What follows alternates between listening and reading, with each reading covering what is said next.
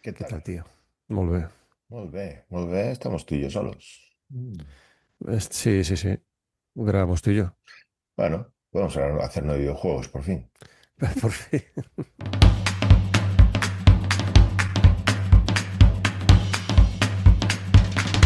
Esto es BIMRAS, el podcast sobre BIM y tecnología aplicada a construcción. El podcast que Chuck Norris no se atrevió nunca a escuchar.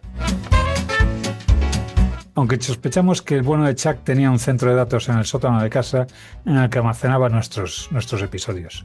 Por supuesto, centro de datos sin refrigeración. Él era el más frío que el cero absoluto. Bienvenido, querido oyente, a un nuevo episodio de BIMRAS. Hoy entramos en uno de esos edificios que casi nadie visita, esos edificios que pues, no suelen aparecer en las revistas de arquitectura, pero sin los que se detendría buena parte de nuestra maravillosa vida digital. Cada correo electrónico, cada vídeo absurdo, cada reunión de Teams que podría haber sido un correo o cada gatito y cada modelo BIM de 3 gigas necesita acabar procesándose o almacenándose en algún sitio. Y no siempre es tu disco duro. Ese sitio muchas veces, casi siempre, es un centro de datos. Desde el punto de vista arquitectónico, cajas bastante discretas, o no, pero bueno, en principio sin muchos alardes, pero un centro de datos por dentro contiene quizá una concentración de instalaciones capaz de hacer llorar a cualquier coordinador BIM con un mínimo instinto de supervivencia. Y hoy hablamos de la arquitectura donde viven los datos. Hablamos de datos, de electricidad, hablamos de refrigeración, de redundancia, coordinación y de modelos que deberían servir para algo más que guardarlos en el disco para girarlos con el ratón. Un centro de datos, una infraestructura diseñada para mantener operativos los sistemas informáticos que deben funcionar de forma continua, y esto es crítico 24/7, que dicho así parece sencillo, pero después metemos servidores en una sala, les ponemos aire acondicionado suavecito para que no pasen agobios, procuramos no desenchufar nada cuando pasamos la aspiradora y ya está. O no, porque la realidad es ligeramente más complicada. Aquí conviven, y aquí ya los nombres, cada uno que busque lo que significan: data halls, salas eléctricas, transformadores, sistemas de alimentación interrumpida, grupos electrógenos, baterías, chillers, redes hidráulicas, sistemas de ventilación, extinción de incendios, telecomunicaciones, seguridad física, espacios destinados a la operación y mantenimiento y algún inodoro. Todo ello coordinado bajo criterios de disponibilidad, accesibilidad, seguridad y capacidad de crecimiento. Hay incluso un sistema de clasificación que dice cómo son los sistemas de centros, cómo son los datos, los centros de datos por sus niveles de comportamiento. Total, que las cosas pasan, la arquitectura no puede limitarse a poner una envolvente más o menos resultona y nos toca ordenar flujos, proteger sistemas, permitir sustituciones, prever recorridos, bla, bla, bla, bla. Y como no queríamos meternos solos en ese mar de cables, pues para hablar de ello nos acompaña alguien que trabaja precisamente en la frontera entre modelos, información, arquitectura e instalaciones. Pero antes, breve presentación, porque llevo un rato hablando y todavía no he dicho que soy Evelio Sánchez y que hoy me toca estar al mando de este centro de procesamiento de opiniones que es BIMBRAS. Y a mi lado, Rafa Tenorio, el hombre capaz de encontrar solución constructiva para cualquier cosa mientras toca un blues al tiempo y nosotros seguimos discutiendo cómo llamar un archivo. ¿Qué tal, Rafa? Hola, buenas, ¿qué tal? Eres muy Y generoso en tu presentación, ya te digo. bueno, no sé si encontrar la solución constructiva, pero desde luego a tocar el blues seguro que sí. Completando la mesa de Benras, Rogelio Carballo, detector humano de interferencias, contradicciones y sobre todo humo tecnológico, la nariz más fina para oler humo BIM. Y alguno podría decir un Navisworks con patas, con interfaz, pues bueno, un poquito más discutible, que para ser Navis ya es bastante decir. Hombre, si quieres decir que Navisworks ocupa mucho volumen, entonces estás en lo cierto. Pero sí, la Bueno, verdad es tú que en gigas no sé cuánto tocarías. claro, yo ya estoy... mi Tú escala es vas la de al por el petas. terabyte. Petabytes, Bueno, petabytes. bienvenido, petabytes. Sí. Y hoy nos acompaña Adrián Trujillo, ingeniero civil, Master BIM por la Universidad del Oeste, por la Universidad del Oeste de Inglaterra, y coordinador BIM en Rain Brewing Architects. Espero haberlo pronunciado medianamente Sí, bien. así, sonó a un inglés magnífico, sí, sí. Bueno, RBA, que también suena bien. donde participa en coordinación de centros de datos internacionales entre arquitectura, estructuras e instalaciones. Pero antes de incorporarse a RBA, Adrián ha trabajado en proyectos de edificación e infraestructuras en Europa, Reino Unido, que no es lo mismo, Estados Unidos o Latinoamérica, desde colegios, hospitales, puentes, estaciones, presas, o sea, eh, desde luego infraestructura ha tocado. Y ya, que es una de las cosas que a mí me ha llamado la atención poderosamente, he trabajado integrando BIM y GIS, preparando modelos para operación y mantenimiento y gestionando información COBIE, eso que muchos pensamos que es un animal mitológico, automatizando procesos con Dynamo y desarrollando entornos de consulta mediante Power BI, que es precisamente lo que presentó en BIMFRA Summit 2026 hace unas semanas, unos días, ya no recuerdo, donde presentaba un flujo de datos desde el modelo hasta Power BI para transformar la información de los modelos de centros de datos en cuadros de mandos, pues bueno, que pudieran servir a los hombres de corbata para tomar decisiones. Adrián, bienvenido. Bienvenido a BIMRAS. Vale, vale. Muchas gracias, Evelio. Gracias por la introducción, gracias por la presentación. Gracias, Rafa, gracias, Rogelio. Encantado de estar aquí en este podcast. Sí, lo he escuchado un par de veces y bueno, sí, cuando escuché la invitación de Evelio, claro, dije, ¿por qué no participar, no? Claro que me encanta tanto aprender de otras personas y por qué no en esta oportunidad compartir un poco de lo que sé. Bueno, Gracias. en realidad egoístamente esperamos aprender nosotros de ti, así Sí, que claro. gracias por aceptar la invitación y encantado de tenerte aquí. Em, Rogelio siempre empieza por el principio. Nosotros en realidad le decimos que eso es redundante porque para empezar hay que empezar por el principio, empezar por el final sería acabar. El tema es que antes de empezar a hablar de modelos federados, potencia eléctrica o cuadros de mando, a mí me gustaría entender cómo un ingeniero civil acaba trabajando con arquitectos y especialistas MEP, quizá en unas tipologías más condicionadas por las instalaciones. Porque encima tú que vienes de participar en proyectos bastante distintos y de conocer sobre todo la entrega de obra, pero también la gestión posterior de activos, ¿cómo llegas a la coordinación BIM de centros de datos y qué fue lo primero que descubriste al entrar por esa puerta en un sector tan hiperespecializado? Sí, claro. Muy buena pregunta muy buena pregunta. Para ser sincero, yo diría que es algo más de demanda. Los centros de datos hoy en día son muy demandantes. Y Reino Unido es el segundo país que tiene más centros de datos a nivel mundial. Primero está Estados Unidos, luego Reino Unido y luego le sigue países como Alemania, China y Francia. Al tener mucha demanda al haber estudiado una maestría BIM en Reino Unido, salió la oportunidad de poder trabajar en un centro de datos y me cabe la casualidad de que era una empresa de arquitectura donde trabajo ahora, Red Brewin Architects, que diseñaba los centros de datos desde el principio, ¿no? Desde el contacto con el cliente, cómo se hace la transformación, la factibilidad, y seguían los pasos a pasos para luego llegar a la parte de ingeniería, cómo se va a instalar todos los data halls y los generadores y lo que sigue. O sea, Y cubrís todo el espectro, desde diseño a entrega al cliente. sí, Caray. no, y los centros de datos trabajan muy rápido, los diseños se hacen muy, muy rápido, y crean o no, requieren mucho respuestas rápidas en sí. Es Todo. una De tipología hecho, arquitectónica, perdona, tipología arquitectónica bastante homogénea, ¿no? Es decir, bueno, no sé si, por la impresión que me da a mí de los cuatro o cinco que he podido ver por internet, ¿no? Es como la nueva eh, edificación industrial, ¿no? O la edificación industrial del siglo XXI, que se repite, bueno, pues imagino que al final tienes un tipo de elementos que son los bueno, servidores o determinados elementos de la instalación de datos, que son los que te condicionan esa arquitectura bueno, no hay mucho juego para hacer filigranas arquitectónicas como...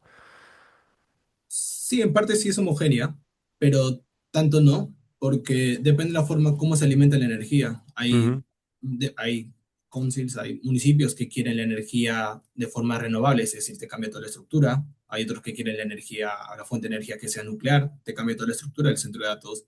Asimismo, el tipo de enfriamiento, hay algunos que te permiten usar agua, ujú, otros que no te permiten, otros que tienen que ser por aire seco. Es decir, todas estas tipologías te van cambiando, ¿no? Pero al fin y al ujú. cabo, los que tienen enfriamiento con agua, los que se alimentan de energía desde la red pública, tienen un similar. Ujú, entiendo. vamos, que todos iguales, pero todos diferentes. Al final. Sí. No, a ver, a mí me llama la atención porque en estos casos, eh, va justo al revés de lo que estamos, o por lo menos yo estoy acostumbrado. En muchos edificios las instalaciones llegan cuando la arquitectura ya está, bueno, bastante avanzada, cuando no completamente decidida. Y entonces ahí empieza el baile, el proceso de que todos intentan meter conductos, bandejas, tuberías en espacios que no siempre estaban correctamente dimensionados o a veces ni siquiera reservados. Y en un centro de datos está claro que, bueno, aplicar esa estrategia sería una manera bastante buena de conseguir que te despidiesen en la primera semana. Porque las instalaciones en realidad ahí no son el añadido, son lo que determina sección, altura, recorridos, separaciones, áreas técnicas, la relación entre todos los espacios. Eh, ¿Cómo cae, cómo se reparte realmente el peso de las decisiones entre arquitectura y MEP? Y en qué momento comienza la coordinación para evitar que el edificio nazca ya estrangulado, para que las cosas vayan funcionando? Sí, claro. Al igual como todos los proyectos, se empieza con la estructura, la arquitectura y luego se incluye MEP en la fase constructiva. En la fase de diseño, la parte de MEP sí tiene gran relevancia, porque un centro de datos se diseña a partir de cuántos megawatts IT va a consumir, que la parte Perdón, con ¿cuántos qué? megawatts IT. Megawatt IT, o sea, el consumo específico de la parte de los ordenadores, por decirlo así. Exacto. Puede ser de 10, puede ser de 20, puede ser de 50, ya son grandes, puede ser de Y, 100. y eso es el dato de partida. Ese es el dato de partida. ¿El más Porque es ahí, grande el más grande que has diseñado?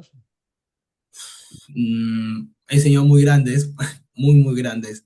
Hubs, usualmente le llamamos, que llegan a tener dos, tres centros juntos, Buah. que sí, tranquilamente pueden superar los 100. Y estamos hablando de 100 megawatts IT, es mucho para un Sí, centro porque de claro, datos. después todo eso Oh, tienes que meterle los aires acondicionados correspondientes, bueno, la climatización correspondiente, todo el tema eléctrico de servicios generales, o sea, escucha, tienes que sumarle. yo quiero cargar el coche allí, ¿eh? Vamos, tienen un enchufe para Y conectas. Dejarme un usualmente suco allí que... siempre se diseñan lugares para cargar el coche. Ajá, sobre todo ahora Ah, son bueno, eléctricos. ya solo con lo que sobra seguro que cargas medio el parque móvil de empleados, pero qué barbaridad. Pero es la forma como se categoriza un centro de datos por medio de megawatts IT. Usualmente los comunes son de 10, 20, pero ahora ya se está apuntando para centros de 100, 50, hasta de 200. Y quién sabe más Ojo, que pero tráfico. cuando dices centros de 100 no es un hub, es un centro, un único. Perdón. Edificio, un edificio. Y el Vale, hub puede haber mucho, ¿no? Pueden haber 4, 5, 3 y cada uno tiene 50, ¿no? qué barbaridad. Sí, sí, y es la forma principal como nace. ¿Por qué nace así? Porque los centros de datos, si bien es cierto, requieren mucho profesional técnico capacitado en diseño y cómo se va a hacer todo, ¿no? Que comprende el flujo, requieren mucho la capacidad eléctrica. Es decir, si donde se va a construir se tiene los lugares, tiene los recursos necesarios para alimentarse el centro de datos. Lo que menos se quiere es instalar un centro de datos en una ciudad y que le afecte el servicio eléctrico a todo el público, ¿no? Claro, claro. Muchas veces los centros de datos están alejados y tienen su propia subestación. ¿Cómo se va a alimentar esa subestación? Si llega, hay una tubería de gas, hay una tubería de una red eléctrica, o simplemente hay que generar ah, alguna fuente eléctrica alterna. Ostras, estaba pensando yo, un buen sitio es un desierto porque tienes fotovoltaica toda la que quieres, Mm. pero por la contra tienes unas condiciones de calor que son completamente incompatibles con el centro de datos. Sí, Y sí. no sé si esas contradicciones se pueden Para solventar de algún modo. sincero, actualmente, justo que ahora he estado participando hay un evento llamado Autodesk DevCon, que fue en Amsterdam este año. Había muchas aplicaciones, muchos founders, muchas startups que estaban creando aplicativos para ubicar en el mundo el mejor lugar para crear un centro de datos. Anda, Porque para saber dónde colocar tu centro de datos, tienes que tener buena capacidad eléctrica, tienes que estar lo más cerca posible a una ciudad para que así no haya tanto pérdida de flujo, ¿no? Asimismo, tiene que ser un lugar ni tan caliente ni tan frío. Es decir, Ya. hay que analizar varios factores y también es muy importante para saber para qué tipo de centro de datos quieres hacer. Si quieres archivar información gubernamental, que no lo vas a hacer no muy frecuente, si será para archivos de empresas grandes que quieren la información muy seguida, como ahora este Zoom que tenemos. Todos esos factores hay que ver. Si quieres que sean ahora centros de datos de IA, qué tan rápido quieres que sea la respuesta. Claro, porque además la distancia al punto de consumo de esa información también va a sumar ese lag del que nos quejamos cuando la información no llega rápido. Puede darse por saturación de red, pero también puede darse por simplemente porque está lejos, ¿no?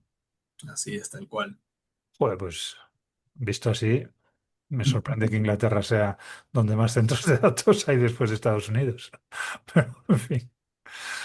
Bueno, mira, y en la presentación de Binfra explicabas que el modelo podía utilizarse para localizar todos los elementos, los data halls, calcular superficies por departamento, contar generadores, bueno, para, digamos, analizar toda la información que había en la instalación. Y eso, eh, desde mi punto de vista, claro, revela que no basta con identificar los objetos, no basta con saber lo que hay ahí, sino que hay que también entender las relaciones funcionales que hay entre ellos sea, cómo depende el data hall de los generadores o de los distintos chiles que tenga, cómo, bueno, la estructura de las instalaciones, cómo se va interrelacionando unas con otras. Y como también tengo reciente una presentación sobre cómo convertir un modelo BIM en un grafo para representar elementos y relaciones, se me ocurría que a un centro de datos donde todo forma parte de una, digamos, de una cadena crítica, parecería especialmente útil. No sé si te has planteado o si utilizáis grafos para definir y coordinar esas dependencias o cómo se traduce la red técnica que tenéis en una organización espacial y en el fondo en una estructura de información en el modelo. Una pregunta, ahí sí me perdí. Grafo, ¿a qué te referías? Grafo que es, ¿no? Al final pues una forma de representar la información centrada más en la relación entre los datos que los datos en sí mismos. Pero vamos, entiendo que entonces no se utilizan para definir y coordinar las dependencias. No, ¿Cómo se traduce entonces la red técnica de un edificio como estos, superponiéndola a la organización espacial y superponiéndola a la estructura de información de un modelo? Porque ahí digamos que ya es compleja de por sí la red técnica. La ujú, estructura espacial entiendo que también tiene una complejidad importante, que puede relacionarse con qué, que puede tener acceso desde dónde, en fin, todo eso. Y si además lo metes en un modelo de información en el que también hay una estructura de información que se superpone, tienes por así decirlo, un buen quilombo montado, ¿no? claro. Ya le entendí que es un grafo, no hay problema. Si vamos elaborando y armando junto la respuesta, cuando refieres grafo es donde tenemos los modelos, cómo se va a obtener la información. No, ¿cómo se organiza esa información? Entiendo que pasa en Binfra explicabas que llevabas la información vía, entre comillas, base de datos a Power BI, aunque eso ya entraremos después. Mi pregunta era si os habíais planteado, en vez de utilizar una base de datos tipo tabulada de tablas de datos, trabajar con tablas de relaciones. Ok, no, sí. Hay muchas formas como al fin y al cabo presentar los datos. La forma como la estructura lo maneja es muy importante para el fin. En este caso, el que hemos presentado para Binfra es Power BI. Y justo hemos mencionado Power BI porque Autodesk hace poco ya viene trabajando en un producto llamado Autodesk Data Exchange. Este producto Autodesk Data Exchange te permite extraer información. A ver, te voy a explicar el flujo porque si lo... A ver, Sí, sí, sí. ¿cómo funciona? De un modelo Revit tienes, extraes tu federado a IFC y, y solo tienes un modelo. De la misma forma, puedes traer más modelos, uno 2 3 4 5 todas las especialidades que necesites, puedes tener ese modelos. Y como tienes modelos IFC y son muy pesados, por medio de Data Exchange, que está habilitado en Autodesk Forma, esta información se puede simplificar, se puede reducir y se puede mandar un lenguaje que Power BI lo puede entender, que es el lenguaje DAX. Y por medio de Autodesk Data Exchange, otra vez, se reduce la información, los datos, solo extraes lo que quieres del modelo IFC y este se transforma a Power BI. ¿Cómo te viene? Al final toda esta información es matemática y te viene como una tabla de datos, ¿no? Pero Pero, entiendo que importa, o sea, en forma tienes el archivo de Revit. ya no, porque lo pasamos a IFC y en forma llega el archivo a IFC. En forma tienes el archivo IFC entonces. Ujú. Sí, sí, Federas en forma y con el Data Exchange, por así decirlo, eh, metes toda la información a Power BI. claro, así Y tal en cual. Power ¿Y por BI qué? decides qué información del modelo va a salir en cada momento. En Data Exchange es cuando decido, bueno, claro, en Power BI decido qué información voy a mostrar, pero en Data Exchange es donde decido ya filtrar, ¿no? Porque Ah, si vale, traigo vale, todo vale, el vale, modelo vale. sería muy pesado y Power BI se demoraría 10 segundos y cuando lo muestras eso a un Project Manager no lo va a querer esperar 10 segundos, ¿no? 10 segundos. ¿Y por qué convertís el fichero, o sea, por qué lo convertís en IFC digo, trabajar entre el ecosistema de Autodesk? ¿No funciona mejor? Bueno, por lo menos No, hace algunos años, ACC, antes de Forma, trabajaba bastante mejor con ficheros nativos de Autodesk que con IFCs. Entonces, nada, es pura curiosidad, mera curiosidad de por qué hacéis el paso a IFC. sí, en este caso era porque nosotros, el problema que presentamos en Binfra Ujú, era, queremos mostrar los centros de datos, no queremos mostrar la parte mecánica ni la MEP, queremos mostrar la parte volumétrica, las áreas, dónde se encuentran los data halls, cuánto es el área de cada data ujú, hall, dónde están los generadores eléctricos. Y para mostrar volúmenes por medio de Revit no se puede extraer fácilmente con Data Exchange. ujú. Tienes que mandarlo a IFC. Y es Entiendo. por eso que Vale, se vale. mandaba a IFC donde ya se podía ver el volumen del área, ¿no?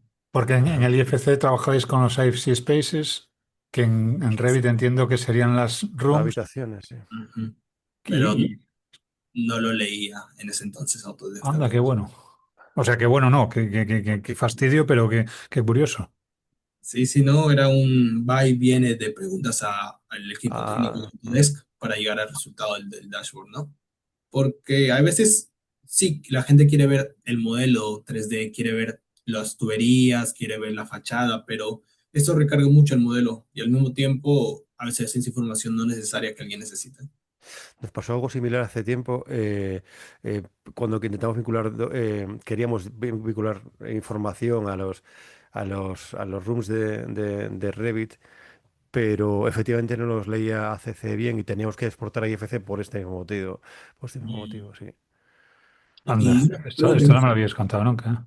Bueno, ¿en qué tampoco modelo de Revit preguntaste. estás No, digo trabajando? porque, vamos, me llama la atención muchísimo que el elemento existe, Sí, porque sí. el room existe, el elemento se exporta como espacio, con una información que para que se exporte tiene que existir en el modelo. Sí, sí, la información es una información, bueno, que Sí, sí, calcula Revit la directamente, que claro, lleva, sí, la y que que es la que se lleva después al IFC Space. sí, Y claro, sin claro, sí. embargo, que no la muestre de forma, me llama, bueno, poderosamente la atención. Sí, sí, sí. Eh, Preguntas, Adrián, ¿por qué versión de... Revit lo probaste, ajá. No, no, en el proyecto, en los dos proyectos en los que estoy, trabajamos con la versión 2021 todavía de Revit. Ok, Sí, sí. O sea que muy es, mejor. claro, claro, es bastante posible que todo esto se haya solventado. Trabajáis con la 21. Sí, sí. Y, Manda. y si no hubieran cambiado la política de soporte a las versiones antiguas de Revit hace 2 semanas o 3, seguiríamos trabajando hasta final de obra con esa versión. Pero como han cambiado la política de soporte, pues las descontinúan el año que viene, perdón, el soporte a la 2021 y tenemos que cambiarnos a otra versión. Tócate las Y, narices. y nuestro cliente todavía no nos ha dicho qué versión prefiere. Tela, tela. Oye, Adrián, en una infraestructura normal, en un edificio habitual, nosotros tratamos siempre de evitar duplicidades. Espera, estoy pensando, nos contaste el proceso, pero todavía no nos habías contado cómo llegábamos después a Power BI. Te interrumpimos. Y le explico detalle a detalle, no hay problema. O sea, Ajá. teníais el modelo en Revit, convertíais IFC, de IFC a Data Exchange y en Data Exchange decides qué datos del modelo pasas a Power BI. Y en Power BI, la magia. Sí, tal cual. Y bueno, ese fue el primer flujo que mostré. pero en la presentación, a medida que íbamos avanzando y las personas se iban enganchando cuando vieron el dashboard, les mostraba el nuevo flujo que venimos usando, ¿no? Uno que nos permite automatizar, que es el de los modelos Revit a Navisworks y de Navisworks a Data Exchange y de Data Exchange a Power BI. Aquí ya no usamos CFC. Y sin intervención del usuario. Ligeramente sí, siempre habrá una intervención del usuario para unos cuantos clics, pero Vale. en este flujo te permite automatizarlo. ¿Cuál era la problemática que presenté? Imaginémonos viernes en la tarde, el equipo de diseño ya terminó sus últimas modificaciones para el modelo y quieren ahora que les actualices el dashboard, ¿no? Porque el lunes en la mañana quieren verlo. Y en lugar de ponerte a hacer todo el flujo tú solo, ya esto se puede automatizar. Y el lunes en la mañana, al abrir el Power BI, si todo está bien establecido, se cogieron bien los parámetros, Power BI se actualizará solo con el modelo bien establecido, ¿no? Y todos los flujos. Claro, todo esto porque la velocidad de diseño y construcción en un centro de datos tiene, bueno, muy poco parecido con la velocidad de diseño en un edificio de viviendas, claro. Ujú. Sí, sí. Y bueno, Navisworks es la forma de cómo ahora se viene usando, ¿no? Te ayuda a salvar mucho tiempo y ya no estás viendo el cambio de parámetros de Revit a IFC, sino todo ya se mantiene en el mismo lenguaje de Autodesk. Fantástico. Yendo más al edificio, al centro de datos. Decía antes que, claro, en una infraestructura convencional, en un edificio de viviendas, en unas oficinas, lo habitual es evitar todo tipo de duplicidades porque duplicar suele significar más gasto. Pues procuras que yo qué sé, que los servicios estén centralizados, que las instalaciones estén centralizadas y demás para evitar pues eso, redundancias y gastos. Sin embargo, en un centro de datos la duplicidad puede ser en un momento dado precisamente lo que permita que sobreviva a un fallo o que se pueda hacer una operación de mantenimiento, la que sea, sin tener que pararlo. De hecho, aquí, por lo que yo he visto, aparecen conceptos como sistemas N1, N+2, 2N, rutas alternativas, equipos de respaldo. Y claro, la arquitectura debe reservar espacios, debe permitir accesos y debe mantener separaciones de sistemas que en condiciones normales, vaya, iba a decir, podrían parecer repetidos, pero es que están repetidos, ¿no? De hecho, bueno, sé que hay hasta varios, bueno, que hay varios niveles de comportamiento al respecto. Hay una cosa que se llama el Uptime Institute que dice, bueno, pues deben resolverse esas configuraciones. Pero ¿cómo se modela y coordina una redundancia sin tratar los equipos duplicados como, en el fondo, como copias? Porque claro, si yo tengo dos, lo que sea, conectados al mismo sistema, ¿cómo mantengo la lógica de ese sistema y cómo se trata ese modelo? Sí, claro. Wow, veo que te has informado muy bien para mencionar N1, N2. Son formas arquitectónicas que mencionamos para los entratos. Es una pregunta muy técnica, pero la forma en cómo la abarcamos usando los modelos Revit sí es interesante.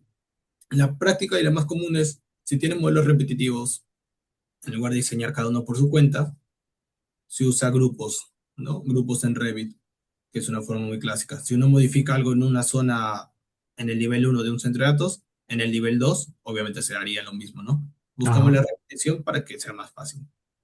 Pero obviamente esto abarca más problemas porque un centro de datos puede llegar a ser muy pesado el modelo, así que también procedemos a este grupo convertirle un link y este link estará activado cuando sea necesario o no.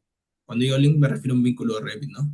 Ya Sí, es un sí, o grupo. sea, directamente el conjunto de elementos es un modelo independiente que enlazas en el modelo general. Claro, y se vinculará, se activará cuando sea necesario, ¿no? Ajá. Porque un modelo puede llegar a pesar un montón puede llegar a ser tan pesado como un aeropuerto o como infraestructuras de un puente complejo. Porque ¿hasta qué nivel de detalle puede llegar esto a representar? Entiendo que el tornillo no, pero sí tendrá que tener un nivel de detalle importante, ¿no? Es igual que un hospital no quiere los tornillos, pero sí quieren todas las tuberías, quiere ver todas las posibles interferencias, así que es lo mismo, ¿no? Todas las tuberías que se puedan pasar, todo lo que pueda ser posible un conflicto en construcción, tiene que ser modelado. Ostras, y pregunto, porque cuando vienen tuberías, muchas tuberías, a mí siempre me surge la duda a partir de un proyecto en el que, bueno, al final no participé, pero que me pasó por las manos, que era el tema de la soportería. El, claro, vosotros llegáis a diseñar también cómo, dónde se va a enganchar cada una de esas tuberías, o eso ya queda un poquito más a desmán.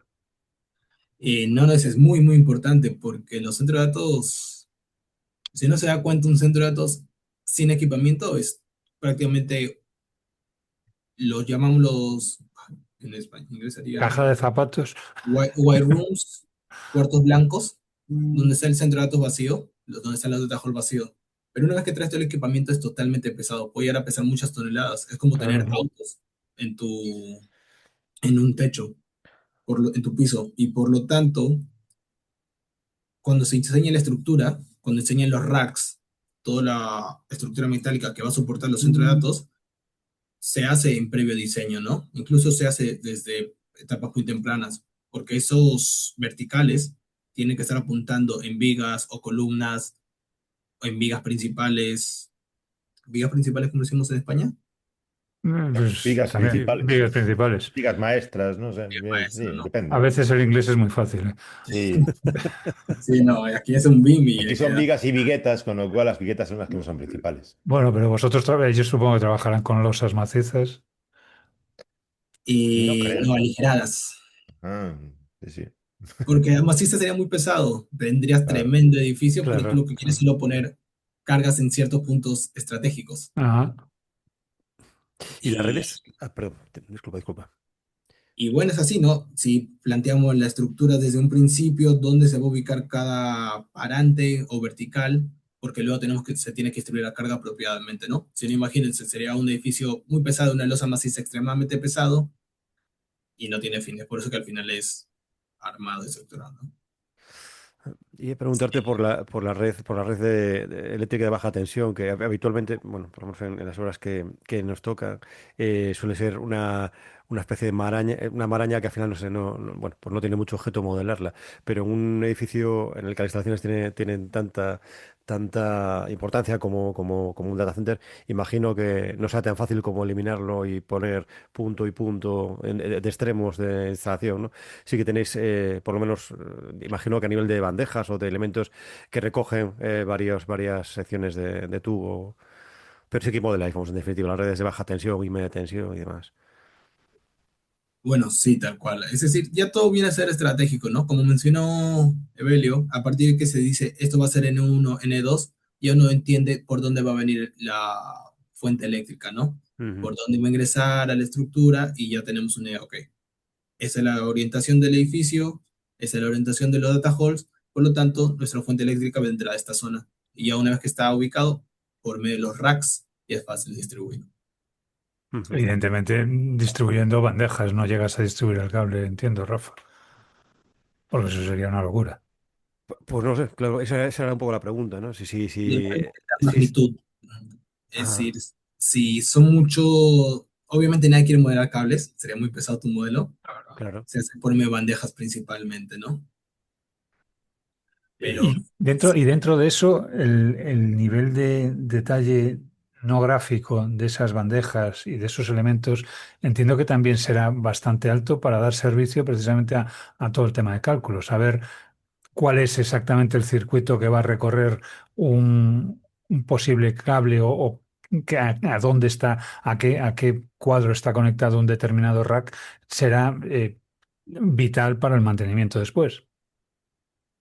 mm, es- los centros de datos son proyectos totalmente colaborativos, es decir, se le agrega a los proveedores desde etapas muy tempranas, es decir, desde la etapa, aquí en Reino Unido lo llamamos etapa 1, 2, 3, 4, 5, 6 hasta la 7. En la etapa 2 y 3 ya vamos a tener una idea de quién va a ser el proveedor para esto, ¿no? En la fase de construcción.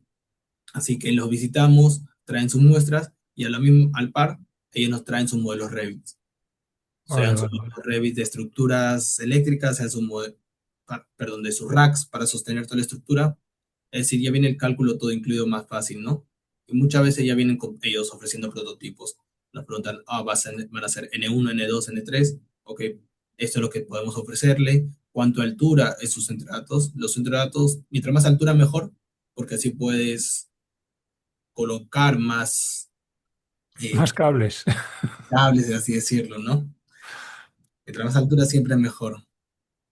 Y bueno, también Y, el y, enfriamiento es oye, importante. ahora que introduces el tema de los colaboradores o de los participantes en el proyecto, estos proyectos, en realidad, la tecnología, tanto la tecnología como las necesidades del cliente evolucionan mientras se diseña. Es decir, esto llega al cliente hoy con unas necesidades, pero la tecnología puede estar en constante cambio y que, bueno, a lo largo del proceso de diseño e incluso el proceso de construcción haya variaciones a veces importantes.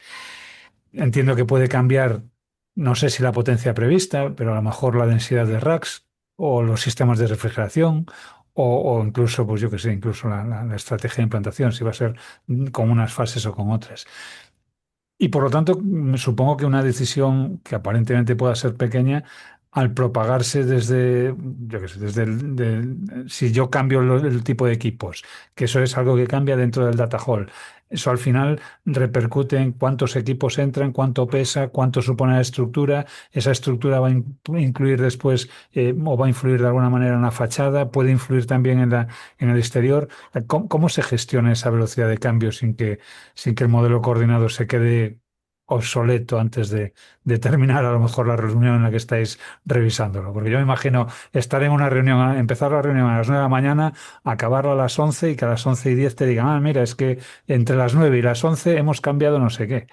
¿Cómo hacéis para que esa velocidad de cambio no afecte al modelo? ¿Cómo hace el modelo para adaptarse a esa velocidad?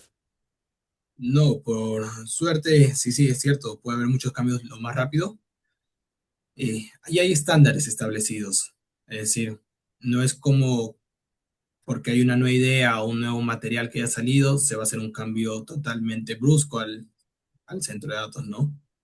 Es decir, como los celulares y las laptops ya tienen un tamaño preestablecido, lo mismo son los data hall, ¿cómo le llamamos? Sí, los racks de ordenadores, los equipos ya están más que estandarizados. Los servidores tal cual, ya Sí, tienen sí. un estándar. Eso no va a afectar, por ahora que he visto, quién sabe en el Vale, futuro. pero de todas formas, estos centros de datos implican equipos normalmente, como tú decías, que van cada uno participando en el proyecto, a veces incluso equipos distribuidos en distintos países, por disciplinas o no, distintas empresas, organizaciones, y entiendo también que cada equipo trabajará con sus propios plazos, con sus contratos, sus responsabilidades, sus modelos, y el proyecto, bueno, pensemos en que no va a cambiar mucho, pero siempre hay alguna cosilla que se mueve. Y claro, el entorno común de datos debería permitir publicar, bueno, revisar todo eso, trazar la información sin que cada uno trabaje con una versión distinta del edificio. De nuevo, ¿cómo organizáis todo ese quilombo en el CDE para que la coordinación no dependa de que alguien se acuerde o no de enviar el archivo que tenía pendiente? Bueno, en este caso usamos lo que llamamos Design Collaboration por medio de Autodesk. Design Collaboration nos permite extraer paquetes, es decir, cada subcontractor, empresa de diseño, cada ingeniero es responsable de su modelo y pueden estar haciendo lo que quieran, pero hay ciertas fechas determinadas que ellos mandan su paquete, ¿no? Y al mandar el paquete y el consumimos, tenemos la fuente real, la única fuente en que sabemos cuál es su situación de su diseño, qué están planeando, qué están proponiendo. Y al inicio, Con qué frecuencia? Con más o menos. semanal, como ellos lo pueden mandar un viernes y el lunes en la mañana al ingresar, los modelos son consumidos de Design Collaboration y tranquilamente ya estamos trabajando con información actualizada, ¿no? O sea, se supone que como mucho el cambio supondrá una semana hacia atrás. Sí, tal cual. Sí, si hubiera un cambio radical, una semana para atrás tenemos que volver. Y entiendo también que ahí se fijan determinados puntos de no retorno, por así decirlo. O sea, esto no se toca. Y ahora ya búscate tú la vida en el trozo que a ti te toca para adaptarte a esto que no vamos a mover, ¿no? Sí, como dije, en Reino Unido, bueno, al fin y al cabo, porque estamos en Reino Unido, los proyectos se basan en Reino Unido.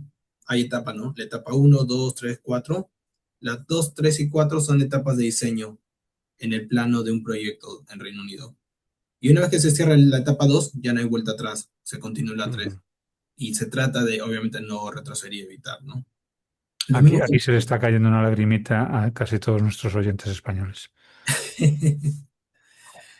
ya me Entonces, imagino. cuando llegamos a la fase 6 se replantea el origen del proyecto, si tenía sentido hacerlo, si todo. Somos, Llega, me imagino al ingeniero una mañana diciendo, esto no tiene sentido. tendemos a la filosofía en España para hacer proyectos. No, ya me imagino.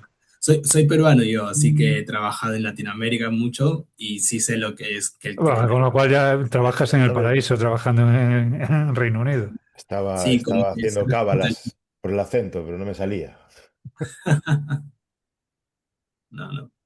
Pero sí, se respeta mucho el flujo, se trata de no retroceder. Y como le dije, los contratos son proyectos que quieren muy rápido, es decir, si fuera por el cliente lo quisiera para mañana todo, ¿no? Así que tratan de organizar y seguir los pasos, saber lo que quieren desde un principio y ya luego el diseño esté lo más pronto posible para la fase de construcción. Y hay espacio, bueno, entiendo que vale, digamos, lo físico lo podemos modelar, coordinar, todos tenemos, pues cada uno en su parte, pero hay esos compromisos en los que llegamos a común acuerdo. Y toda la parte que no se ve, porque se me ocurre, una máquina puede caber en la sala y estar mal coordinada, porque bueno, pues puede que no sea posible retirarle un filtro, o porque puede ser difícil abrir una puerta o desmontar una pieza o lo que sea. Eh, mm, Habitualmente, o bueno, hay casos en los que todo encaja, pero si lo miras un poquito, nada funciona. Y en un centro de datos donde hay muchísimas operaciones que hay que realizar sin que se pare nada, sin que los sistemas que tienes al lado sufran o sin que, por así decirlo, sin que se entere la pieza que tienes al lado, entiendo que los espacios de mantenimiento, rutas de reposición o zonas de seguridad serán, no sé si tan o más importantes que la geometría del propio equipo. ¿Cómo se plantea esto dentro del proceso BIM? No existe físicamente, pero hay que tenerlos en cuenta para el modelo físico? Y hay que tenerlos en cuenta a la hora de valorar interferencias que pueden decir, oye, es que esto no está tocando, pero está estorbando. Ok, claro. No, muy buena tu pregunta. Mira, hoy voy a explicar cómo funcionan los sistemas críticos en un centro de datos para que se entienda mejor qué sí lo que sí, sí nos importa mucho y lo que sí quizás puede cambiar, ¿no? En el lapso. Un centro de datos funciona 24/7, es decir, nunca va a parar. Funciona incluso hasta en Año Nuevo, en fiestas, en todo, en feriados. Por lo tanto, se alimenta de una fuente eléctrica, ya sea de la red pública o ya sea de una propia fuente eléctrica que el mismo centro de datos ha creado. Esta fuente eléctrica lleva a los estabilizadores. Muchas veces los estabilizadores hay de distintos tipos, pero un centro de datos ya suele tener su propia forma de estabilizadores centrada, ¿no? Es decir, no importa el proveedor, ya hay un área prediseñada para este estabilizador. Puede ser muy grande, muy pequeña, pero a un cambio no va a haber ningún clash, llamémoslo así, O sea, ¿no? tú mándame lo que quieras, que yo de aquí ya me encargo de que todo salga bien. Sí, ya hay tiempo, ya hay espacio incluso de sobra para eso. Porque puede cambiar la tecnología, puede ser que ahorita tenemos un estabilizador, pero en 5 años hay otro tipo de estabilizadores. No importa, ya tenemos área para traerlo y Claro. cambiarlo. Y será Y, mucho y más. se, y se espera que las cosas sean más pequeñitas, no más grandes. Hay de todo, hay personas que incluso los estabilizadores los separan, los hacen pequeños, pero al fin termina siendo más, pero el punto. El estabilizador es muy importante porque las, los servidores racks tienen que tener una energía estabilizada, ¿no? Es decir, se tienen que mantener a un cierto voltaje. Luego, el otro sistema muy complicado es que, como esto funciona 24/7, um, el enfriamiento es importante. El sistema de enfriamiento tiene que ser muy importante. Los chillers, ya tenemos un tamaño predimensionado que es lo que queremos, dónde va a estar, asimismo el servicio de cooling, asimismo los sistemas crack que van a estar en los corredores de enfriamiento para que este pueda alimentar a los data halls. Es decir, pero ya hay un tamaño predimensionado, ya se sabe dónde va a estar y sabe que el producto no va a ser más grande que ello.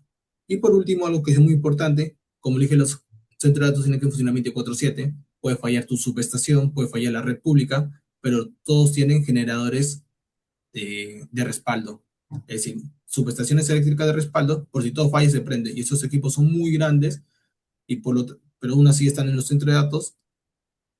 Y al ser tan grandes, obviamente tienen que dejar mucho espacio óptimo para que estos puedan tranquilamente ser reemplazados, si hay uno nuevo, o si no funciona, se puede cambiar, ¿no? Porque ponte a pensar, al fin y al cabo, estos equipos son muy, muy pesados que entran grúas a un centro de datos. Y es ahí como se mueve todo. Hay una grúa, literal. Hay una grúa interna y una grúa externa para un Una grúa centro. interna. Sí, Una grúa sí. interna. Toca de las narices. Es que estamos hablando de los racks. En un metro de rack, de promedio, un metro de rack tiene 180 kilogramos de full cableado y tubería, ¿no? Cable y tubería. Cable y Solo tubería, cable. cable y Otra, tubería. Madre mía. otra similitud con las instalaciones industriales, ¿no? Que también tienen puentes grúa interiores para mover elementos pesados, ¿no? Pues aquí imagino que es algo parecido, ¿eh? Las instalaciones de... Industriales, las naves industriales Ah, tienen bueno, puentes sí. grúa, o semipórticos o pórticos, para mover instalaciones pesadas. Pues otra similitud Bueno, más, ¿no? yo recuerdo en una central hidroeléctrica en la que, lógicamente, claro, después lo piensas y dices que tiene sentido. Tenían una grúa interna para desmontar y cambiarla. Claro, claro, parece Pero claro, mantenimiento, ¿no? es que levantar una turbina no es levantar una tapa. Claro. Ah, Bueno, incluso a veces levantar una tapa no es levantar una tapita, es levantar toneladas de acero. Entonces, oye, has comentado el tema de la refrigeración, lógicamente con todas las necesidades que tiene, y bueno, no te quiero contar estos días de calor que estamos sufriendo aquí en España. Entiendo que aquí no hay quien no haya pensado en el aire acondicionado. En vuestro caso, entiendo que condiciona radicalmente la arquitectura del edificio. Nosotros nos conformamos con tener la habitación fresquita, pero vosotros tendréis que gestionar temperatura, humedad, circulación de aire, pasillos, redes hidráulicas, unidades de tratamiento y algo que a mí me ha llamado la atención, cada vez más soluciones de refrigeración líquida. ¿Y cómo interviene el equipo de arquitectura en la estrategia térmica o qué decisiones tienen que tener en cuenta? ¿Cuáles son las decisivas para que esa refrigeración sea eficiente y mantenible? Ponerlo en el Polo Entiendo que, Norte o en el ostras, espacio. ya, pero es que después tienes lo que decía yo antes de el sitio ideal sería el desierto porque tenemos energía a raudales, pero tenemos un problema de, de Es calor. correcto. Y en el caso del Polo Norte, pues fantástico, tenemos una refrigeración buenísima, pero un rendimiento eléctrico mucho más bajo. Con lo cual, ahí hay un... Hay que encontrar un balance. Efectivamente. Pero bueno, en este caso concreto, los de arquitectura, con los de... entiendo que es tan definitivo, tan... marca tanto el ritmo, la estrategia, el equipo de refrigeración. Sí, sí lo hace. Todo depende no de los ingenieros, no del que diseña, ni siquiera el dueño. Depende más que nada del municipio, del país. Anda. Porque te O van a sea que en permitir. España lo tendríais fácil, porque el Sí, municipio, aquí. depende de dónde, es Aquí fácil. lo bonito es que tenéis que planificar a 10 años vista hasta que saquéis la licencia. O sea que Ya también te digo. Te permitirán usar agua del exterior. Claro. Eso es una pregunta muy importante. Si no, ok, usará refrigeramiento privado propio, es costoso y son productos más caros. No obstante, cada vez ese refrigeramiento interno, líquido, y ya sé uno que es mejor, pero aún así cualquier persona tendría dudas, ¿no? De poner un refrigeramiento líquido en tu centro de datos. Cualquier persona que toma decisiones de muchos años le daría miedo a ello. Hombre, a mí se me ocurre, a lo loco, hacer como con los motores. Es decir, pues sumergimos los racks en aceite y listo. Di tú que después el mantenimiento iba a ser un poco pringoso, pero como refrigeración no lo veo mal. No, desde Y luego es es tremendo. que luego tienes que ir a la parte operativa, ¿no? Claro, claro. La parte que es que hay alguien que va a abrir tu centro, tus servidores racks y va a ver información. Por ejemplo, hay una empresa que quiere actualizar sus datos, va a tener que cambiar una parte del servidor rack. Los servidores rack siempre están operando, siempre están cambiando. Físicamente, quieres decir. Sí, O sí, sea, va a sí. tener que ir allí alguien con su destornillador a abrir un... Mm, Tanto así, pero bueno, tú me vas teniendo idea. No tanto así, pero hay cambios en el servidor rack, ¿no? Ajá. Se puede aumentar los, bueno, ya no se llaman gigas, sino se llaman tetra gigas, ¿no? físicamente va cambiando, es decir, no puede estar sumergido al 100%. Ya, Eso no, no, sí, sí, eso, imaginaba que la solución era buena hasta que tienes que meterle mano al equipo. Si se fuese a quedar ahí casualmente, eternamente, pues igual, igual. los centros de datos están, el data hall tiene dos áreas, corredores fríos y corredores calientes. Corredores calientes por donde nosotros trabajamos, podemos entrar a los centros de datos y podemos operarlo, podemos operar Anda, yo manualmente, pensé que el corredor caliente era donde estaban los servidores de OnlyFans. quizás. Y luego el corredor frío es donde entra todo lo que es la parte de enfriamiento para eh, estabilizar la temperatura de los servidores racks, ¿no? Oye, por curiosidad, estabilizar la temperatura en cuanto, ¿cuál es la operación de la temperatura de operación habitualmente? Uf, Más o menos, o sea, no, no es 15 bajo cero, no me acuerdo, parece pero hace fresquito. debe ser fresco, ajá. No es alguien, no es un, el correo frío no es alguien donde el ser humano esté caminando habitualmente. Ah, No, carajo, pero entonces hace fresquito, fresquito.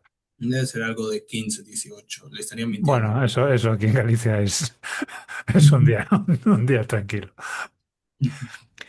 Volviendo un poco a tu presentación de Binfra, allí insistías en que el flujo hacia Power BI dependía mucho de estructurar correctamente los parámetros y de utilizar criterios consistentes. Eh, que bueno, yo ahí veo que el discurso sobre datos se encuentra con la realidad. Nombres distintos para lo mismo, campos vacíos, unidades incompatibles, elementos mal clasificados, parámetros que a alguien se le ocurrió crear el viernes por la tarde con una abreviatura que ya nadie entiende. ¿Qué estructura mínima de parámetros o de clasificación necesita el modelo de centro de datos para ser una fuente fiable de información, para no ser una base de datos llena de trampas? Y ojo, digo centro de datos, pero en realidad cualquier modelo de datos. ¿Qué estructura dirías como mínimo no, qué estructura de clasificación? Y vamos, siempre hay esta pregunta, ¿no? Porque eso incluso lo mencionan cuando hablamos, tenemos reunión bien con todos los clientes. ¿Cuál es el fin de un centro de datos? Es que este se pueda operar, ¿no? Es que ellos quieren al final el modelo y pueden entender lo que tienen en base al modelo, ¿no? Lo que le llaman activos. Al fin y al cabo, lo más importante son los parámetros para reconocer e identificar los activos. Lo que algunos le llaman COVID, otros le llaman COBIE, otros le llaman Asset Documentation. Esos son los parámetros más importantes porque al fin y al cabo el cliente final quiere entender cuando le clica a un generador de dónde viene, quién es el fabricante, cada cuánto tiempo se tiene que hacer el mantenimiento. Y algunos son más ambiciosos y quieren que ya se incluya links en Revit para poder llegar a la documentación de estos equipamientos, ¿no? Directamente. Sí, sí. Bueno, a Ya. ver, viable es. Otra cosa es que sea cómodo, sea útil. Porque, claro, todo esto nos lleva después a la parte de operación.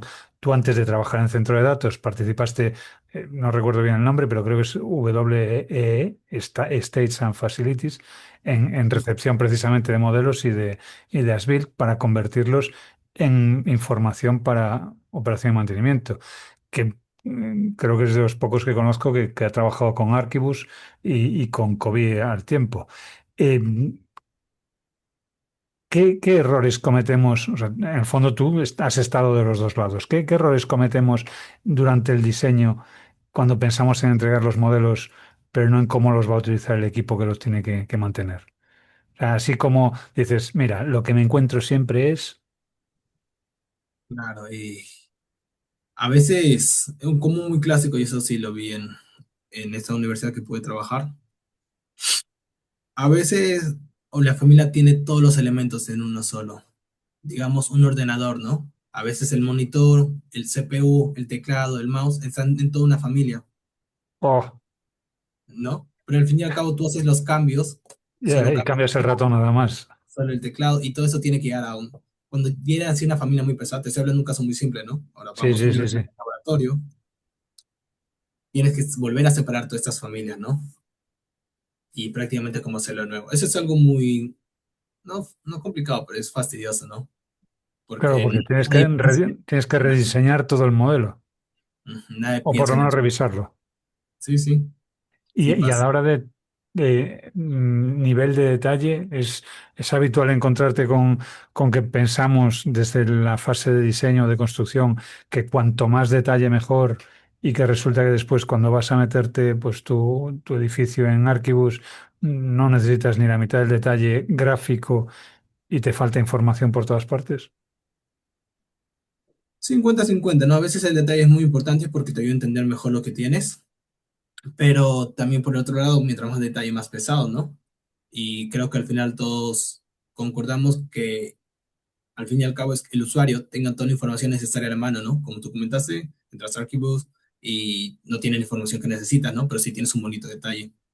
Y es como, Y todo ese detalle, todos esos datos, tratando de llevárnoslos a un cuadro de mando, que ¿mm? puede a veces ofrecer una apariencia de precisión convincente, con todos bien, los gráficos alineados, los colores corporativos, todos los datos, incluso con el mapa tridimensional en la esquina. Pero, y lo hemos hablado aquí más de una vez, lo de la higiene de datos, si la información de partida no está actualizada, no ha sido validada, o simplemente si no es buena, lo único que tenemos conseguido es presentar el error con un tipo de letra bonito. En vuestro caso, qué controles aplicabais para comprobar que las métricas del dashboard coincidían? O no solo que coincidían con el modelo, sino que los datos eran datos de los que el usuario sabía que podía fiarse. Ya estamos ahorita volviendo al centro de datos, ¿no? Al dashboard. Claro. En este Bueno, caso, en realidad pisa un poco con todo, porque cuando estás en mantenimiento, esos datos te entiendo que tendrás que auditarlos antes de meterlos en tu Gmao. Cuando estabas hablando del flujo de datos desde el modelo hasta Power BI, en realidad estás haciendo una entrega constante de información, con lo cual también te tocará de alguna forma filtrar o auditar esa información para saber vamos, que la información es la buena. sí, sí. En este caso, como el área BIM, o sea, el área BIM y el área de diseño trabajan juntos, ¿no? Pero el área BIM no tiene que interferirse en el área de diseño. Así que cuando hacemos la conversión de datos, cuando filtramos datos, muchas veces es mejor a veces crear un parámetro propio para el área BIM, ¿no? Y es de ahí donde se extrae la información. Porque lo que menos quiere uno cuando extrae información es afectar los parámetros que viene trabajando el área de diseño. Y me dejó entender la pregunta yo, y ya luego con ese nuevo parámetro que se ha generado, es como se extrae la información para Power BI o para generar los dashboards. Con lo cual te toca directamente cocinar los datos que te trae el modelo, sí o Vale. sí. Si ya con ese tú eres libre, modificas, porque ya no estás modificando el trabajo de otro. Y Tiene sentido. habéis, en este sentido de, bueno, en fin, aunque es, habéis intentado meter en vuestro, ya que trabajáis dentro del flujo, dentro del ecosistema de Autodesk, tratar de utilizar Tandem para gestión de datos de vuestros activos. Sí, sí, iba a usar Tandem. Es más, tuve la oportunidad, el año pasado estaba en Autodesk DevCon Ujú. para aprender más sobre Tandem y cómo se podría usar. Y Sí. sé que ahora este año ya no estoy tan metido en Tandem, estoy más Ujú. enfocado en la fase de diseño, pero sí tiene muy gran potencial. He visto que se puede hacer cosas fabulosas. He visto que hay empresas que están apuntando para poner Sí. hospitales en tándem y te puede... Es impresionante, es como un dashboard, pero mejor que un dashboard. Incluso es dinámico. Con el API que han lanzado ahora se puede conectar cualquier tipo de información. Ujú. Y yo sí lo recomendaría usar. No es Ujú. tan fácil como uno cree. También hay que Ya tener muy imagino. claro la estructura de cómo vas a obtener la información en los parámetros. Claro, lo que estáis comentando, que toda la información que esté muy bien estructurada, clasificada además, para poder trabajar con ella con... Algo que yo hacía cuando trabajaba en la previa empresa es que cada subcontractor, cada contratista tiene sus propios parámetros, su propia forma de trabajar, pero tú al final quieres uno particular, ¿no? Ujú. Para tu información y modelos. Así que creas tus propios parámetros y tú copias y pegas por medio de un script al parámetro compartido que tú manejas en la empresa. Y de esa forma es como filtra, ¿no? Lo ideal sería que, claro, todos trabajaran bajo el estándar que tú les das, pero eso no suele pasar. Te Ya. toca directamente hacer una fase de mapeado, sí o sí. Sí, cómo manejaron el COVID, ¿no? O el COVID, dónde está la información de cada asset. Y claro, tú usas tu parámetro compartido. Y ya con eso es más fácil transmitirlo en tándem. Y eso puedes, entiendo que automatizarlo con cierta facilidad. Sí, no, no es solo creas el parámetro, copias y pegas y en unos segundos ya está, ¿no? Pero obviamente hay que identificar qué parámetros de cada empresa que usó. Ponte a pensar que es una universidad, es decir, tiene como 100 edificios y cada edificio tenía un contratista distinto, así que Uf, cada uno tiene su propia idea. sí, sí, está claro. Bueno, mira, ni un episodio de BIMRAS sin hablar de inteligencia artificial. Eso Claro. toca, es seguir el ritmo de los tiempos. Lo que pasa es que esta vez no vamos a hablar de inteligencia artificial para el uso de los modelos, sino de cómo la inteligencia artificial tenemos que ser conscientes de que no vive flotando en una nube etérea. La IA necesita eso que se llaman equipos de alta densidad, que al final son mayores demandas de potencia, más calor, nuevas necesidades de refrigeración. Bueno, tanto es así que la Sociedad Americana de Ingenieros de Calefacción, la ASRAE, esa, señala que las cargas de IA y computación de alto rendimiento van a requerir de estrategias muy particulares comparadas con las cargas convencionales. Diseñar edificios que probablemente tengan que alojar tecnologías que evolucionen más rápido que la propia construcción. En ese sentido, cómo ves tú que está afectando el crecimiento de la IA a la arquitectura de los centros de datos? Es decir, ¿podemos hoy o hasta qué punto es posible hoy diseñar una infraestructura preparada para densidades que todavía están cambiando? Por más que haya estándares de racks, por más que haya estándares de funcionamiento, yo entiendo que si echamos la vista 2 años atrás, probablemente la tecnología ha cambiado por completo la arquitectura, la distribución, la estructura de estos edificios, ¿no?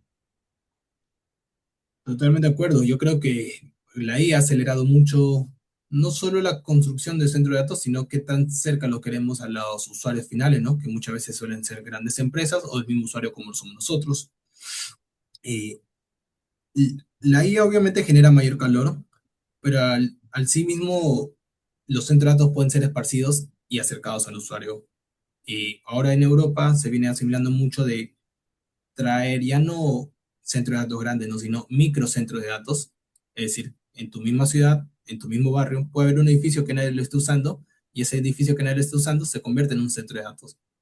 En el primer piso puede haber una tienda, pero en el segundo, tercer y cuarto es un centro de datos y ya se viene aplicando, ¿no? Bueno, de hecho, yo recuerdo haber leído un artículo sobre Edge Computing y la afección que hacían al tema de bolsa, bueno, de negociación en bolsa y cómo algunas empresas de trading se ubicaban estratégicamente al lado de edificios en los que sabían que había centros de datos precisamente para reducir la latencia y aprovechar esa mínima milisegundo de Claro, ventaja. esa gente está enferma. Sí, enferma sí, pero millonaria. Las cosas Lo como que son. quieras, Sí, lo que quieras, eso. Enferma está sí, pero enferma. millonaria. Y eso Pues siempre alivia un poco. Sí. Ahora imagínense al revés, ¿no? Las empresas de trading se acercan a los centros de datos, pero imagínense ahora que el centro de datos se acerque al usuario, claro, ¿no? claro, por eso digo que me llama poderosamente la atención Eso esa, es un esa estrategia poco, de hacer más pequeño para ser mucho más cercano. Curioso. Sí, un al poco final la idea de cualquiera la puede... generación distribuida, ¿no? De electricidad. O sea, Claro, claro. O la calefacción de barrio, o cosas como, bueno, es eso, sí. todo lo que tiene que ver con el divide para ser más eficiente, que es un poco contraintuitivo, pero que al final funciona. Mira, yo creo que tengo preguntas tachadas como para hacer una segunda entrevista, pero nos toca nos acercamos al final, así que llega o pasamos a unas tradiciones de BIMRES y después de hablar de infraestructura crítica, modelos federados, dashboards o megavatios, a mí nos toca, queremos saber qué herramientas sobreviven de verdad en tu día a día. Y puede ser cualquier aplicación en tu escritorio, en la web, en el móvil, una libreta, algo que llevas en el bolsillo, lo que sea, que siempre termina salvándote el día. La pregunta, ¿cuáles son las herramientas, aplicaciones o gadgets que consideras que para ti imprescindibles dentro o fuera de tu trabajo? Bueno, sí es cierto que yo trabajo con tecnología, uso la AI, uso ChatGPT, lo comparo con Cloud, y al fin y al cabo soy muy... Claudio, le llamamos Claudio en casa. Claudio, Claudio, porque aquí todavía no nos hemos puesto de acuerdo en cómo llamarle. Eh, y al fin y al cabo soy muy tradicional y uso libretas, por ejemplo, uso libretas que me dan las empresas y las escribo y anoto. Así que una libreta para mí, papel y hoja es muy importante para mí, donde pongo mis ideas y voy a una reunión y ya le tengo notada qué necesito, ¿no? Fíjate Tecnología que... contrastada y fiable y a Sí, prueba sí, de a prueba de caídas de servidores de baterías. datos. Sí, y de ahí como fuente de datos para guardar información a mediano y largo uso Notion. Oh, con lo A bien que él iba le esta está dando ahora entrevista. mismo, Con lo bien claro, que le iba está esta dando una entrevista. apoplejía ahora mismo, le está dando un ictus. Madre, cuando se lo ves Madre temblar mía. así le tiembla un Voy, voy, ojo. voy, voy, voy a centrarme en la libreta. La única pega que le veo a la libreta, ojo que yo soy fanático de coleccionar libretas sin empezar, porque me da cosa. Eh, Ese es un vicio, ese es un vicio de todos los arquitectos. Yo no creo sé, que tío, yo tengo, yo también miro tengo, hacia ahí, yo no miro me para cabe, arriba y tengo libretas, es blogs. que no me caben más, A mí tampoco, a mí tampoco. pero siempre cabe otra más. O sea, no me cabe más, pero siempre puedo coger una. Como los El tema es que lápices. yo digo, efectivamente, es una tecnología a prueba de batería, a prueba de cobertura, a prueba de todo lo que quieras. Pero el sistema de recuperación de información sigue siendo ahí un Bueno, ahora a la hándicap. IA, le haces un escaneo a la IA con el móvil y ya Sí, está. tío, pero no voy a escanear 100.000 libretas. O sea, en fin. Punto y aparte. Información, fuentes de información. En tu caso, que trabajas en un ámbito en el que se cruzan arquitectura, ingeniería, tecnología, gestión de información, automatización, centros de datos, o sea, todo hipertecnológico, y cada semana aparece una herramienta que parece que va a conectar todo con todo, va a aparecer, aparece un nuevo uso de la inteligencia artificial, alguien anuncia que los archivos han muerto, aunque al día siguiente nos envíe 6 adjuntos por correo. ¿Cuáles son tus fuentes de información, así los imprescindibles para aprender, pero también para separar los avances reales de lo que es ruido tecnológico? ¿Hay eh, no sé, blog si todavía quedan, algún hilo, algún TikTok que sea interesante? LinkedIn no lo digo, que si no Rogelio se pone malo, pero ¿dónde una revista en papel? Iba bien este episodio, hasta que Iba bien, iba bien. Yo soy muy fan de YouTube, para serte honesto. Yo tengo YouTube Premium y es ahí donde se encuentra mucha información relevante. Espera, Y ¿me vas a ahora decir ahora mismo que YouTube Premium te permite acceder a fuentes que no te permite el YouTube normal? es que ya no veo publicidad y me puedo descargar Claro, la... Ah, bueno, ya. ve más información al mismo tiempo. Yo me descargo Ya, el ya. video, cuando veo un video muy interesante yo lo descargo y lo subo a ChatGPT o Claudio y él me lo analiza y me procesa la información y me recupera los puntos necesarios que necesitaba, ¿no? Obviamente veo el video, pero ya con esto me facilita mucho más cosas, como cómo Bueno, aprender. que conste que yo he hecho en más de una ocasión el bajarme la transcripción para analizarla y decidir si lo veo. Pero Porque, las Mira, transcripciones técnicas de palabras tecnológicas siguen siendo muy malas. pero el tema es que tú tienes un volumen de texto, imagínate, para Da una igual. charla de 1 hora y pico. Yo no me voy a ver la hora y pico de charla para saber si me interesa. Entonces, le hago la primera revisión con la Ese no IA, es el camino, pequeños saltamontes. que no es el camino. El camino es verte a la hora de charla. Que no, tío, que no, que yo no sé si... estoy hablando de, primero quiero saber si me interesa. O sea, veo un título que me parece atractivo o me han hablado de la charla, la, la, la, la tra- la proceso con una IA para saber, pues oye, datos así más fundamentales y claro, eso con ChatGPT, perdón, con YouTube Premium, como dice Adrián, lo puedes hacer siempre y con mucha facilidad.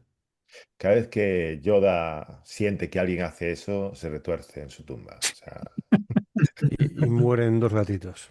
y Bueno, hombre, mueren los gatos. piensa que acabaremos Todos leyendo. en el reverso tenebroso, todos en el reverso tenebroso. Acabaremos leyendo informes con IA que han sido escritos con IA.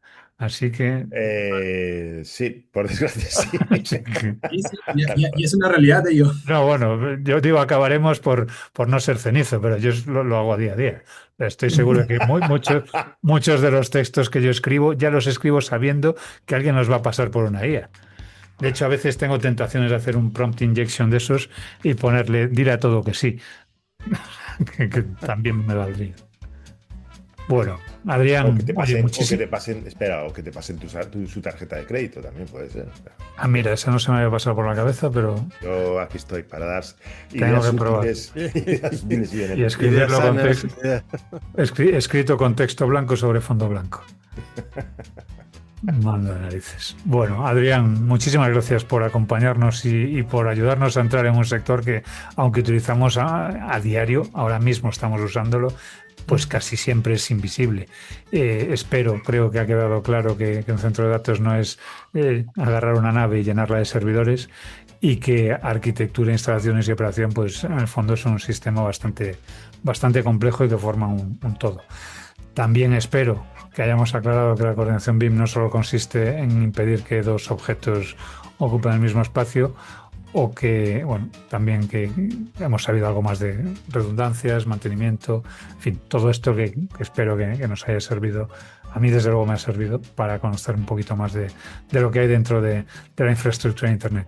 Lo dicho, Adrián, muchísimas gracias por ayudarnos a entenderlo. Vale, no, muchísimas gracias, Evelio, Rafa, Rogelio. Gracias por la invitación y sí, no, encantado de compartir un momento y qué buena charla, sí, me gustó. Muy buenas preguntas y felicitaciones por el podcast. Los mejores deseos. Muchas gracias. Muchas gracias a ti, Adrián, muchas gracias. Es por nuestro mérito, no es por nada de... Ya, bueno, Rogelio y Rafa, gracias por compartir una vez más mesa virtual. Por contribuir poco, pero por contribuir. Hoy estuvimos especialmente habladores. ¿No? Perdona, habla por Roger. Ya te digo, Rafa, para lo que es la media, Rafa ha estado bastante hablador. En fin, gracias por... El otro día le dijeron que hablaba poco, está picado. Estoy picado, estoy intentando. El otro día hace 9 años. Durante 9 años. Durante 9 años, eso. El otro día durante 9 años. En fin, a ti, querido oyente, una pregunta. ¿El mayor problema de la coordinación BIM es la complejidad de las instalaciones o es que somos incapaces de organizar la información y tomar decisiones a tiempo? Ahí te la dejo. Puedes seguir la conversación en cualquiera de nuestros canales. Nosotros apagamos los micrófonos, pero no el centro de datos, que luego vienen reclamaciones. Hasta el próximo episodio de BIMRAS. Recuerda, el podcast sobre BIM que Chuck Norris nunca se atrevió a escuchar.